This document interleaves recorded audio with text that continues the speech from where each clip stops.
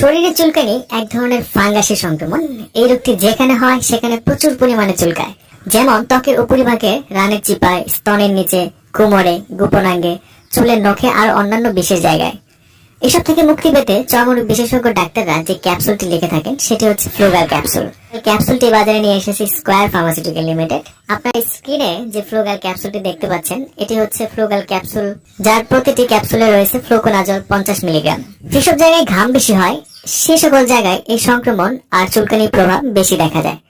এগুলো সাধারণত হাতে, পায়ে, মুখে, শরীরের অন্য নানান জায়গায়, বিশেষ করে শরীরের বিভিন্ন খাঁজে অর্থাৎ চাপা ও ঢাকা জায়গায় এই ইনফেকশনের প্রকোপ বেশি হয়, যেমন স্তনের নিচে, কুস্কিতে, বাহুমূলে, উরু ও জঙ্ঘার সন্ধিস্থলে প্রভৃতিতে। পায়ে যে ফাঙ্গাল ইনফেকশন হয় তাকে অ্যাথলিট ফুটস বলা হয়।